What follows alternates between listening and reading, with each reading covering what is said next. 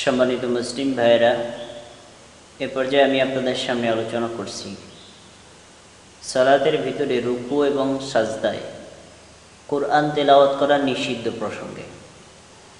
সম্মানিত মুসলিম ভাইয়েরা, সালাতের ভিতরে দুটি গুরুত্বপূর্ণ আরকান হল রুকু এবং সাজদা।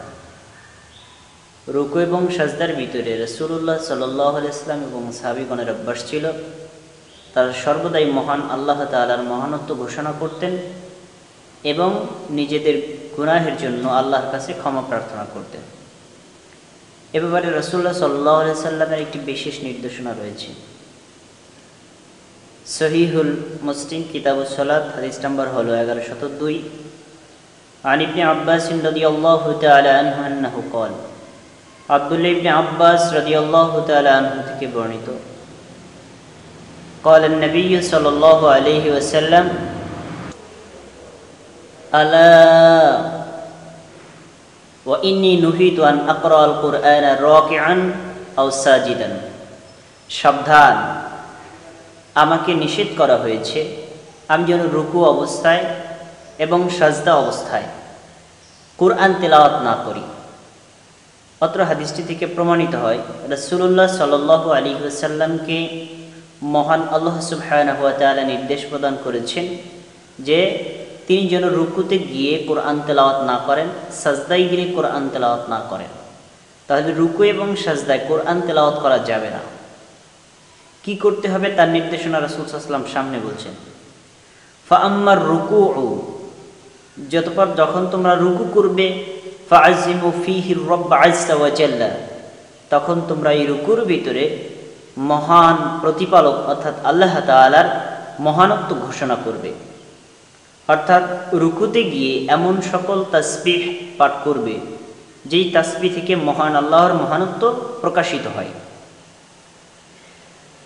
এই যে রুকুর ভিতরে গিয়ে মহান আল্লাহর মহানত্ব ঘোষণা করতে হবে, সেটি কোন ভাষা দিয়ে করতে হবে রাসূলুল্লাহ সাল্লাল্লাহু আলাইহি ওয়াসাল্লাম একাধিক সময় একাধিক তাসবিহ পড়ে তা দেখিয়ে দিয়েছেন।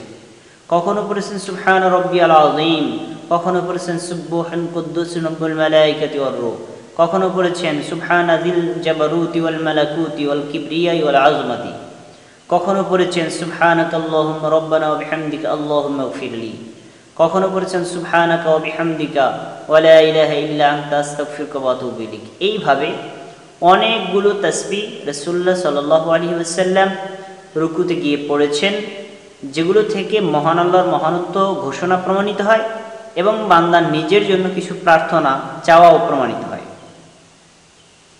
এরপর রাসূল সাল্লাল্লাহু আলাইহি ওয়াসাল্লাম বলেন, ওয়া আম্মাস সুজুদু ফাজতাহিদু ফিদ দুআই, অতঃপর যখন তোমরা সাজদা করবে তখন সাজদায় গেলে যথাসম্ভব বেশি বেশি করে আল্লাহর কাছে দোয়া করার চেষ্টা করবে। কেননা ফাকামিনুন আইয়ুস্তাজাবা লাকুম, সাজদার ভিতরে যে দোয়া করা হয় তার অধিকাংশই কবুল করা হয়।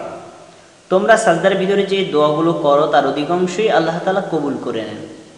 সম্মানিত মুসলিম ভাইরা, রাসূলুল্লাহ সাল্লাল্লাহু আলাইহি ওয়াসাল্লাম কর্তৃক বর্ণিত সহিহ মুসলিমে অত্র হাদিসটি থেকে কয়েকটা কথা প্রমাণিত হয়। 1, রুকু এবং সাজদায় গিয়ে কোরআন তেলাওয়াত করা যাবে না। 2, রুকুতে গিয়ে রাসূল সাল্লাল্লাহু আলাইহি ওয়াসাল্লাম যেই তাসবিহগুলো পড়ে আল্লাহ তাআলার মহানত্ব ঘোষণা করেছেন সেগুলো ঘোষণা করতে হবে।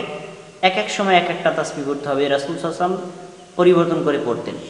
অনুরূপভাবে সাজদায় গিয়ে সাজদার তাসবিহ রাসূল সাল্লাল্লাহু আলাইহি ওয়াসাল্লাম যে তাসবিহগুলো পড়তেন সেগুলো পড়তে হবে এবং সাজদার ভিতরে নিজের জন্য অন্যান্য মুসলিমদের জন্য ক্ষমা প্রার্থনা করতে হবে, দোয়া করতে হবে, কেননা সাজদার ভিতরে সবচেয়ে বেশি দোয়া কবুল হয়। সম্মানিত মুসলিম ভাইয়েরা, রাসূলুল্লাহ সাল্লাল্লাহু আলাইহি ওয়াসাল্লাম সাজদায় গিয়ে অনুরূপভাবে মহান আল্লাহর মহানত্ব ঘোষণা করার পাশাপাশি নিজের জন্য ক্ষমা প্রার্থনা করতেন।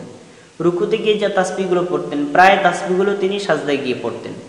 এই জন্য যথাসম্ভবভাবে আমরা রুকু এবং সাজদার ভিতরে মহান আল্লাহর মহানত্ব ঘোষণা করব, নিজেদের জন্য ক্ষমা প্রার্থনা করব, কোরআন তেলাওয়াত থেকে বিরত থাকার চেষ্টা করব ইনশাআল্লাহু তাআলা। আসসালামু আলাইকুম ওয়া রাহমাতুল্লাহি ওয়া বারাকাতুহু।